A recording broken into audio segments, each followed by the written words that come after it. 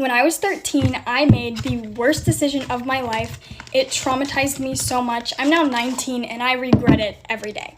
I decided to move away from my family to a completely different city 2 hours away and live in an apartment with two girls I barely knew, one of them I had never met, to pursue gymnastics more seriously. The way this worked is Monday through Friday we had gymnastics and we would do like school upstairs online, and then every night a different parent would come stay with us in our one-bedroom apartment, and then at the end of the week on Friday we would all go back home and then drive back up to the apartment Sunday night. So I would see my mom like once or twice a week, and then some of Friday, all of Saturday, and some of Sunday. Why she let me do this, I have no idea. Also, all three of us were about the same age and I was in 8th grade. The only good thing that came out of this is I met one of my best friends who was the girl I didn't know. The gym environment ended up being absolutely traumatizing and we were all being abused. Things went south pretty quick. We were all crying multiple times a day. We would cry before practice, we would cry at night anticipating practice, we'd cry after practice, and our parents were like, you made this decision, like you gotta stick to it, but I don't think they knew how bad it was. We all started to experience panic attacks and we just wanted to be home. I absolutely hated like every second there, and I'm pretty sure they did too. I have so many stories of just whack, horrible things that happened there. But like I said, there was one good thing that came out of it, and that was meeting my best friend, and she was the girl that I didn't know when I first moved in. We became inseparable like super quick. We did everything together, and when we weren't at practice or worrying about practice, we were like laughing. The whole time we were supposed to be doing school, we would be laughing. Like, I never laughed harder than I did with that girl. We would have movie nights like all the time, and since we were all staying in the same bedroom, we ended up making a fort underneath our beds because they were all touching, and we'd watch movies under there. My best friend ended up bringing her cat, and we also had a hamster. That hamster is a story for a different time, but we had so much fun having like the cat there. We were definitely all trauma bonded because we went through so much together. I still talk to the girl I was best friends with. I actually FaceTimed her the other night, and she's my best friend I've ever had in my entire life. I wish I could have met my bestie in a different way because the damage was so not worth it. This entire thing lasted over a year, so let me know if you want more stories from this time in my life because I have so many. Story time about how I was friends with probably the biggest pathological liar of all time. Story is about a girl, let's say her name was Kiana. And I tell you guys, this girl was the biggest liar I have ever known in my life. So Kiana had a boyfriend, like a guy friend, whose name was Josh. And she introduced me to Josh online. Like, she gave me his iCloud to message, not his phone number, but his iCloud. Josh would message me every day, and me and Josh also became very, very close friends. So Kiana was a friend that I really cared about. We just really connected on a lot of levels. She was really close to this Josh guy, and him and I also developed that same connection where we were so close. We would talk literally every single day. It was, like, honestly the first guy friend I ever had in my life, and she would always tell me and my friend that she did not like Josh at all. Eventually, because I was talking to him every day, I kind of liked him. Like, he was probably the first boy that I thought I really liked. He would always tell me things like I was so beautiful, and no one really ever made me feel that way before. I was so young, and also I didn't look good as a kid. But also keep in mind that I was literally 12, so my parents weren't going to allow me to go out and see a guy or anything.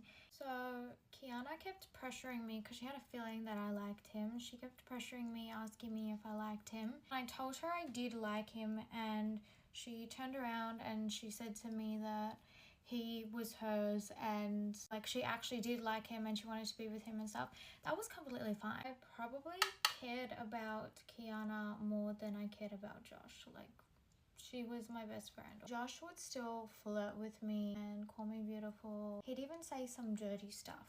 So around that time, Kiana told us that her and Josh have. I'll just tell you guys a couple facts about Josh. Lived in the nicest house on her street. Supposedly had like 8 bedrooms. It was pretty wealthy, obviously. He went to our school's brother school, but in a year level above. Maybe like 5 or 6 months into mine and Kiana's friendship, her and Josh start dating. She is at his house every day, or he's at her house every day, and she's skipping school nearly every day to go to Chatston Shopping Centre with him. So after they started officially dating, he stopped flirting with me. Actually became a bit rude to me. He just always put me down. Anyways, then a couple months later, they broke up and he became flirty to me again. When they broke up, she started dating this guy named Adrian from her dance school. And he followed me on Instagram because her and I were really close. Still remember exactly, but Adrian had 14 followers and he was super hot, like really hot. This was like literally the night before the last day of school in year 7. Josh got really drunk and he messaged me out of nowhere. We hadn't really spoken in maybe months. Started flirting with me out of nowhere and he was being pretty dirty with it as well. Flirting with me so much and telling me I'm the most beautiful girl in the world and I was more beautiful than Kiana. And I was just kind of getting a bit freaked out. Then he started asking me about Kiana and Adrian. Just asking about them a lot. So his questions slowly transitioned from asking about Kiana and Adrian to asking about me and Adrian, and also me and him. He was asking me which one out of the two of them I would rather give a blowy to, like him or Adrian. I literally told him I feel extremely uncomfortable. Can we stop talking about this now? And then he was like, yeah, I'm so sorry. And then completely stopped flirting with me. Then he started talking about how he really missed Kiana and he didn't mean anything that he was saying when he was flirting with me. I'm not really his type and all of that, but he was mainly saying that he really missed Kiana and he wanted her back. And while he is messaging me, Kiana is at a dance class with Adrian. My makeup is completely out of order, but I just remember this line. I have to put it in here. Her and Josh got back together. Anna hadn't got her period for a few weeks after she was meant to get it, and she was convinced that she was pregnant with Josh's baby. And me being an amazing friend I am, I literally went and bought a pregnancy test. Yeah, I forced her to take a pregnancy test. Get ready with me while I tell you about how I found out I was pregnant at 19 years old. So at the time I was living in Florida, and that was obviously way far away from where I am from, Illinois.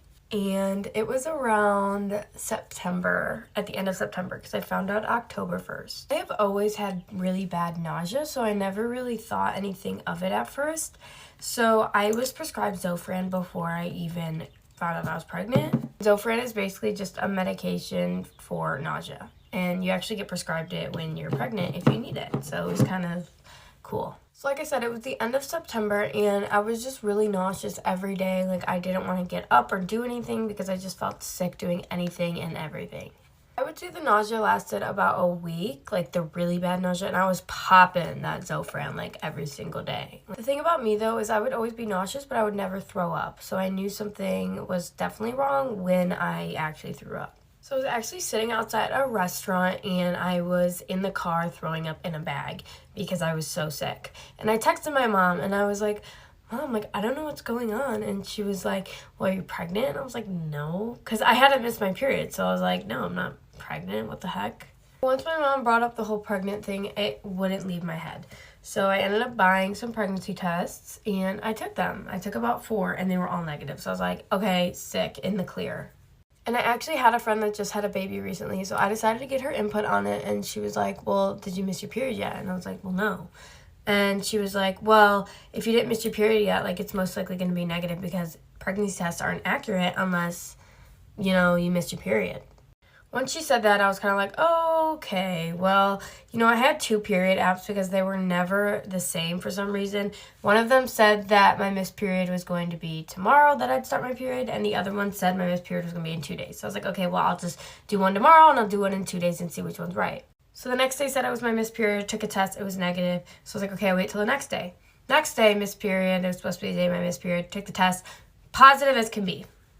At that point, I was honestly confused because I didn't even know about that whole day of your missed period, whatever, all that stuff. I didn't know.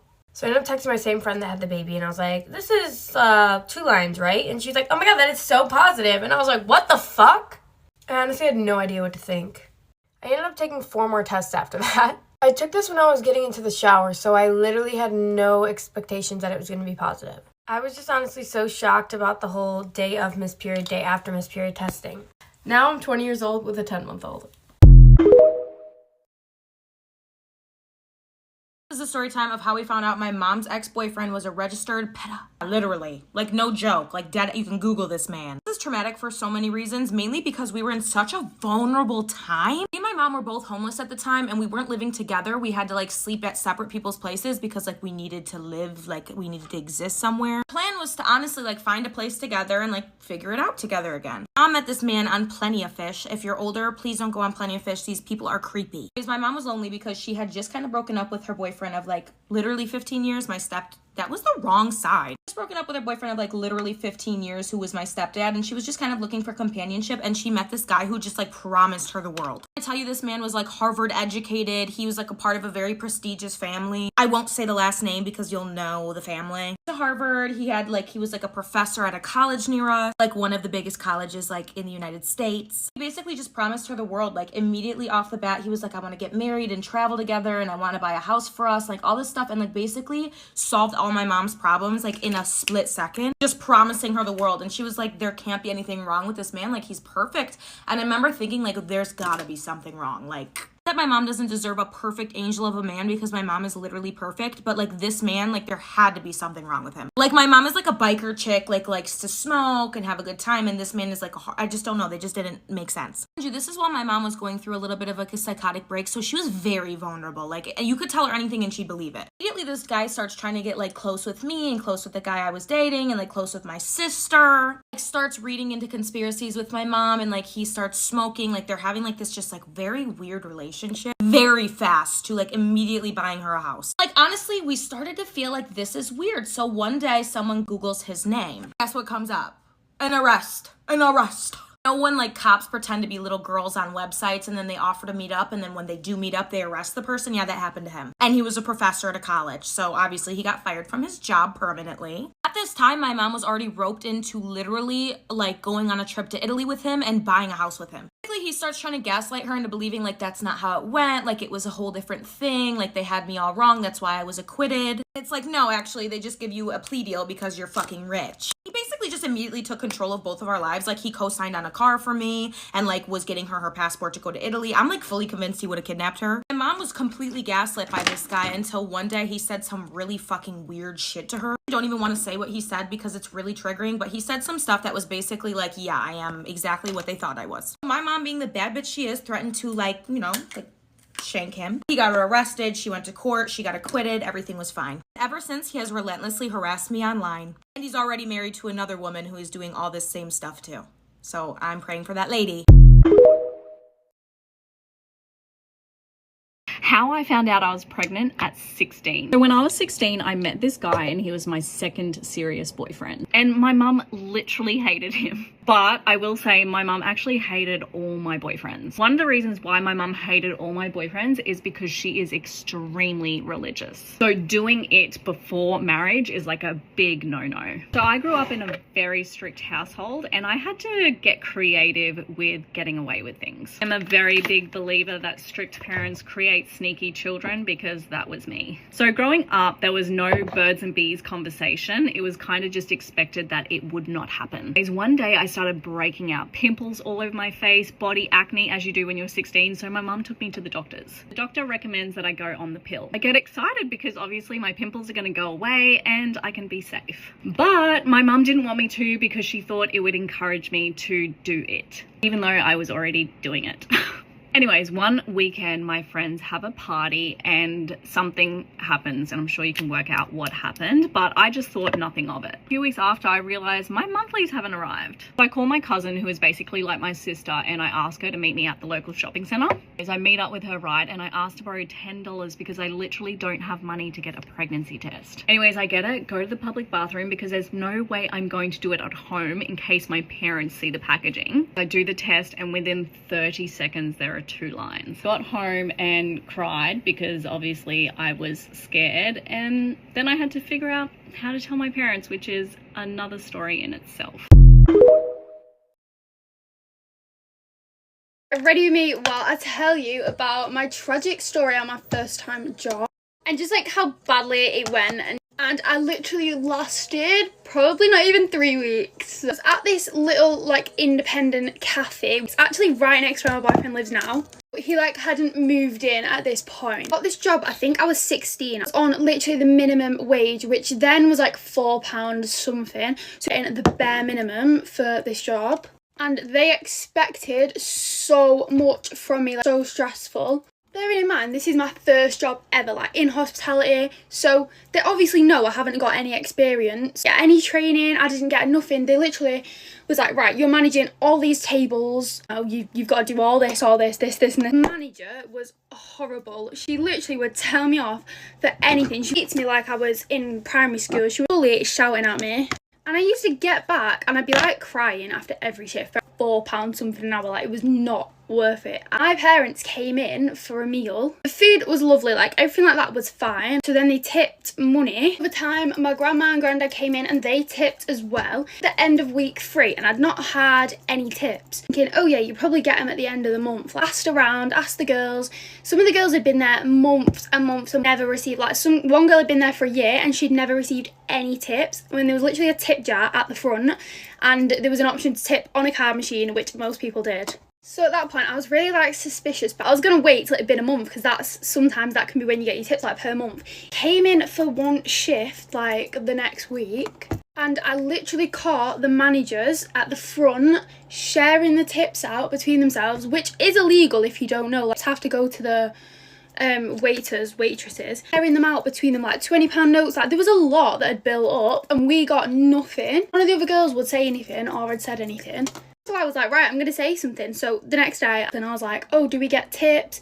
Like, I saw you doing this. And she was like, how dare you be watching us? Like, they were literally in the kitchen where I was. And she just spoke to me like horribly. She was like, how dare you be watching what we're doing, not listening to it. And then this same day, later on, so my shift ended at 3 and I can't remember where I had to be, but I had somewhere to be. Like, I think I had an appointment or something. Finished at 3, which had been on the rota. And then when it got to about 3, you know, I'm gonna start getting off now. And she was like, no, you need to wash all of these pots. There was like 3 sinks full, like big sinks full. I had a designated pot washer, but doing cleaning somewhere else. She was like, no, you need to wash all these pots before you go. Sorry, like I can do a few, like I can try and get through a few, stay an extra 10 minutes or something. And she was like, no, you need to stay. And I said, well, if I'm getting paid, then like I can stay a bit. And she was like, no, you're not getting paid because you should finish at 3. And I was like, well, I'm not doing work if I'm not getting paid for it then. So she was basically trying to make me do unpaid work because my shift finished at 3. If it finishes at 3, then I'm going. Or if you want me to stay, then pay me extra. Do you know what I mean? But she was just like really exploiting these younger workers. Locked the door and stood at the door and was like, you're not leaving until you've washed all these pots. This job would have took like, all these pots would have took like over an hour. There was other girls there whose shift finished at 5, obviously annoyed at me for asking about the tips, and out the back door. I literally never went back. I even got paid for that week. I messaged her like this really nice long message being like, I'm so sorry, I just really didn't like the workplace and I don't think the way you treated me, like I wasn't rude at all. And she's basically a bitch. My boyfriend's family literally live next to it and they have boycotted it ever since. Also, while I was there, with the amount they were making me do and how I was rushing about, literally running to these tables so I didn't get told off, tripped over one of the steps near the door with this tray of all these coffees. Like, there shouldn't have been that many coffees on a tray. Tripped, they all went everywhere and I smacked my face on a curb in front of everyone. So I was so embarrassed. That happened like 3 days before this day. So I was already like, oh my god, like I just really want to leave. And the woman, the main manager, didn't even like ask me if I was okay. She just like walked past me and was like, oh, you should go to the toilet to clean up. I was like, so yeah, that's why I would say don't work in a little independent cafe, because they try and get the most out of you for the least amount of money. I'll always trust my mom's judgment of people because she's always spot on. Like one time when my mom was in school, she got a really bad vibe from one of her classmates who ended up being an actual serial killer. So in the early 2000s, my mom started nursing school and there was 10 of them in her first semester clinical group, and they would all study together over like loaded fries at the local dive bar, and my mom genuinely liked all of them except one. This lady, Michelle Kalina, who my mom said was in school to become a psychiatric nurse. Okay, remember that. And my mom says that from the day she met Michelle, she thought that she was an effing weirdo. Well, after that first semester, Michelle never showed up for class again, which didn't surprise anyone in my mom's class because they all thought that she was so odd. And then a few years later, my mom's reading the newspaper and there's Michelle's face on the front page, and you're never gonna believe why. This is actually so sad, and I'm not making a joke of it. They found the remains of 5 infants in Michelle's closet. Yeah. So Michelle was having a long-term affair, getting pregnant by her boyfriend 6 times. She hid the pregnancies from her husband, secretly gave birth in the bathtub, and then ended the lives of 5 out of the 6 babies that she had from another man because she didn't want her husband to find out about the affair. And reportedly, she gave that 6th baby up for adoption, like secretly somehow. Michelle then put the infants' bodies in like cardboard boxes and containers encased in cement and kept them in a locked closet in her apartment for years before her teenage daughter that she had with her husband found them, found the baby's bodies, told her dad, who called the police. And this is so nasty, but Michelle tried to paint herself as the victim instead of these babies. But that obviously didn't work, and she was sentenced to 20 to 40 years in prison. You really gotta trust your mom's gut feeling when it comes to people. Get ready with me for a 7:30 a.m. shift at Sephora while I tell you the crazy things that people have said to me at Sephora, because it's always something new. Something I couldn't have imagined would have happened.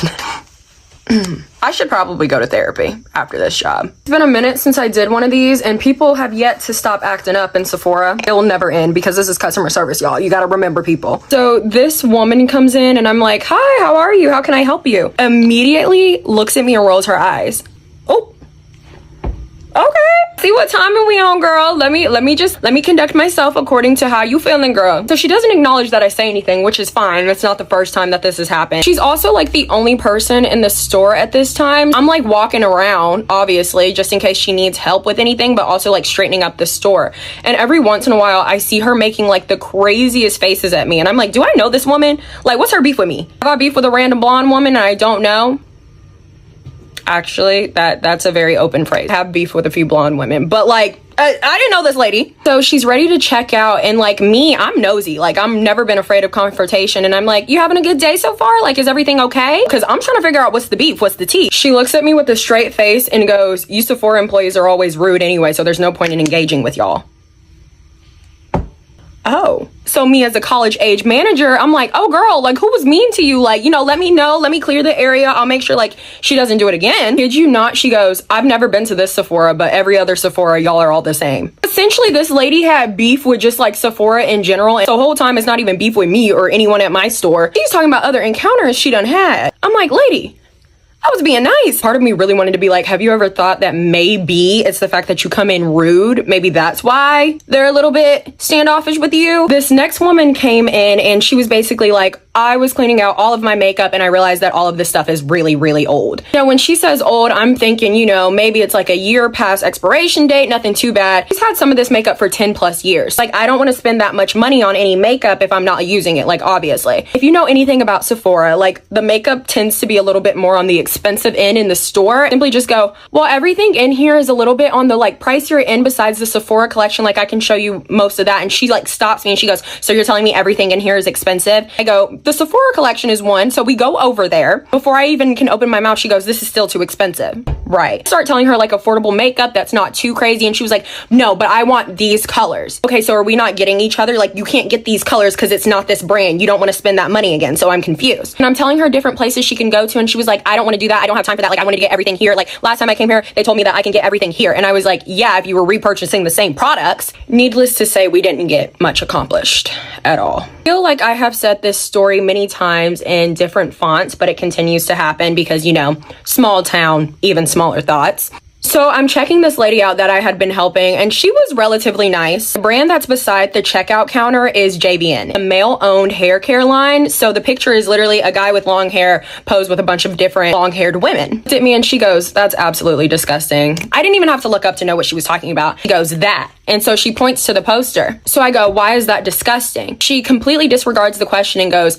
did you see what happened at the Olympics? Full tangent that didn't even have anything to do with like her explaining why she has beef with this picture right here. You got a problem with men with long hair, like just say that. I was so confused. I was so lost that I just gave her the bag and was like, have a good day. Now this would be a compliment if this woman was not literally about to go complain to me, to my managers. Woman comes in and we're like going through the makeup because she's like trying to find her like a nice little skin tint or what. She's like, so what do you have on? First of all, it's 10 a.m. and I had to be there at 7:30 in the morning, so I did not wear any makeup. And I go, oh, like I don't have any makeup on, like I just did my normal like skincare routine this morning. She was smiling the whole time. She was so nice, and her face drops and she goes, are you trying to tell me you have no makeup on right now? Anything on my face, like it's just, you know, skincare. Did you not? I felt like I was in the Twilight Zone. Are you guys not allowed to tell people what you have on your face? She's literally like standing 10 toes behind this. So I was like, no, I genuinely like don't have anything. And I was like, if I do go for one, I'm like trying to show her which ones I do go for if I am wearing a skin tint. And she was like, I don't believe you. She was like, I think you're being very unhelpful, but the fact that you like literally won't even tell me. And she was like, and to say that you don't have makeup on is like kind of crazy. How is you cool? So I'm literally just looking at her like shocked and appalled. I'm like, I don't know what you want me to tell you. And she just kind of standoffish the rest of the time I'm helping her, but we end up finding one. And as she's leaving the store, she goes, no, maybe next time when people ask what you have on, it'd be better to just tell them. And then walks out. And I'm like, oh, she thought I was gatekeeping it when my whole job is literally putting the girls on to makeup. Okay, so I'm now done with my makeup, and I hope you enjoyed this video just as much as I hated living through those experiences. We are now off to work, and I will catch you guys on the flip side. Pray for me. All right, bye-bye.